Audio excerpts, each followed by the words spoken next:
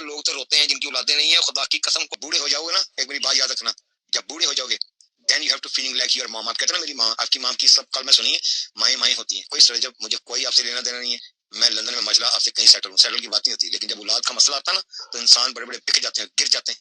तो तुम्हारे में मैंने जो अकड़ देखी है ना, खुदा के सामने झुको, ये तुम्हारी हर चीज मिस्टर जब गलत है, कभी सजदे में जाकर रो कर देखना, अपने खुदा से दुआ करके देखना, अल्लाह मैं गलत हूँ तो मुझे माफ कर दे। तो क़यामत वाले दिन मैं पूछूंगा आपने अपने बेटे के साथ, बाकी मैं किसी का नहीं कहता, ये बेटे के साथ किसने, जब तुम्हें क्वेश्चन करना है ना फ्रंट ऑफ द फेस, मेरा बाप तुमने क्या किया, इसका जवाब मिस्टर अजय तुम्हें देना बहुत मुश्किल हो जाएगा। ये मेरी बात याद रखना। अल्लाह तुम्हें भी हिदायत दे और उस बच्चे के ऊपर तुम्हारा, तू बाप है, उसके बाप का नाम वही रहना। जिस दिन वो 5 साल 7 साल 8 10 साल का होगा ना तो वो क्वेश्चन जरूर पूछेगा। पैसा, ये परफ्यूम, ये चीजें सुकून नहीं देती। सुकून क्या देता है? जब उसको बाप देखता है ना, वो बच्चा देखता है, आंख में आंख डाल के जवाब देना बहुत मुश्किल है। पैसा कुछ नहीं करता।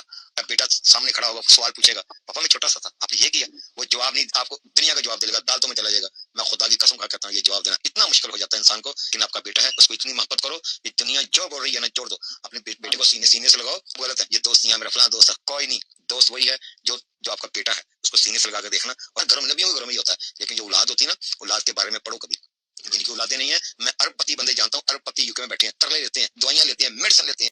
तो देखा मेरे प्यारे अजीज़ दोस्तों, बहनों और भाइयों, ये अहले तशरीह के एक बड़े आलिम हैं और रजब भट्ट इनकी बहुत ज़्यादा रिस्पेक्ट करता है।